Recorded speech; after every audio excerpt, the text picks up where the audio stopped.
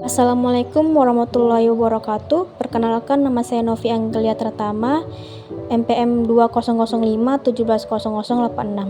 Di sini saya akan mempresentasikan materi tentang sampel audit untuk pengujian, pengendalian, dan substansif dari transaksi. Baiklah, kita akan menjelaskan tentang sampel audit. Apa sih itu sampel audit?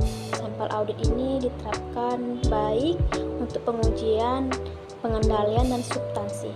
Sampel audit ini sebagai penerapan prosedur audit terhadap unsur-unsur suatu saldo, akun, atau kelompok transaksi yang kurang 100% dengan tujuan untuk menilai beberapa karakteristik saldo akun atau kelompok transaksi tersebut. Selanjutnya ada persamaan metode statistik dan metode non-statistik, yaitu ada 4. Yang pertama ada perencanaan sampel, seleksi sampel, pelaksanaan pengujian, dan evaluasi hasil. Perencanaan sampel ini untuk menjamin bahwa pengujian audit dilaksanakan dengan cara sesuai untuk memberikan resiko sampling yang diinginkan untuk meminimalkan kekeliruan non-sampling. Yang kedua adalah seleksi sampling, meliputi keputusan bagaimana memilih unsur sampel dari populasi.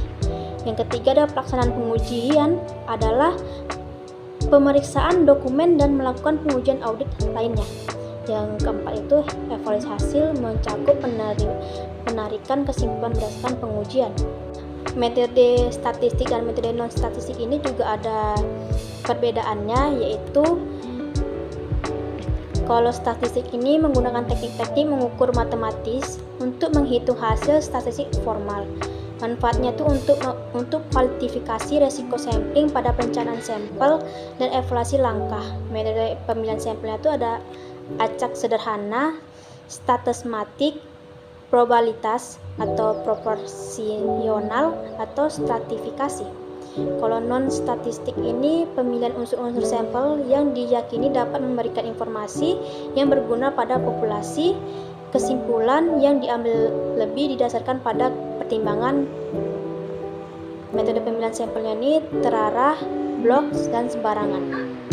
Hal yang dapat mengakibatkan hasil sampel menjadi tidak relatif ini ada 4, yaitu kekeliruan non-sampling atau non-sampling error.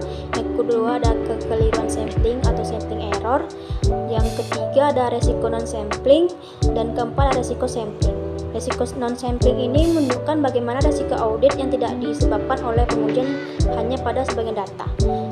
Resiko sampling berkaitan dengan kemungkinan sampel yang diambil tidak menggambarkan secara benar populasi tersebut. Teknik sampling audit. Auditor dapat menggunakan sampling untuk memperoleh informasi tentang beberapa perbedaan keterkaitan populasi. Teknik sampling auditnya ada 2, yaitu atribut sampling. Teknik ini digunakan dalam pengujian pengendalian. Kegunaannya untuk memperkirakan tingkat deviasi atau penyimpanan dari pengendalian yang ditentukan dalam populasi. Yang kedua ada variabel sampling, atau teknik ini digunakan dalam pengujian substansif. Kegunaannya itu variabel sampling adalah untuk memperkirakan jumlah rupiah total dari populasi atau jumlah rupiah kesalahan dari populasi.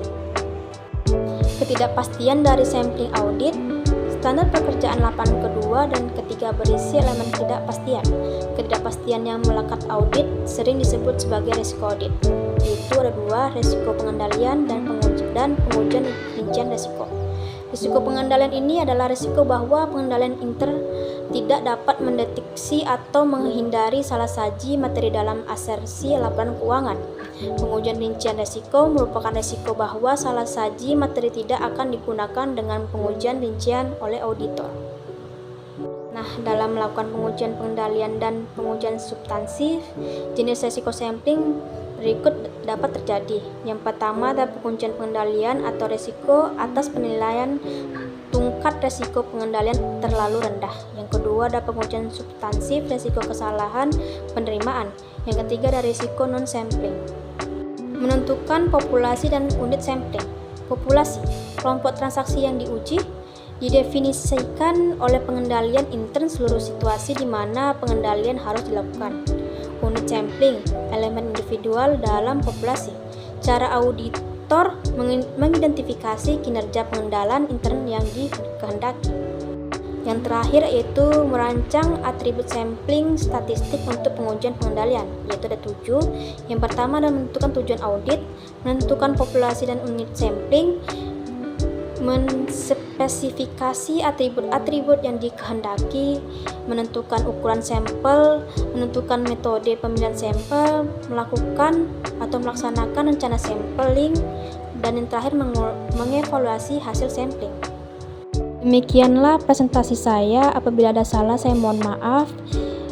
Wabillahi taufiq wal hidayah. Assalamualaikum warahmatullahi wabarakatuh.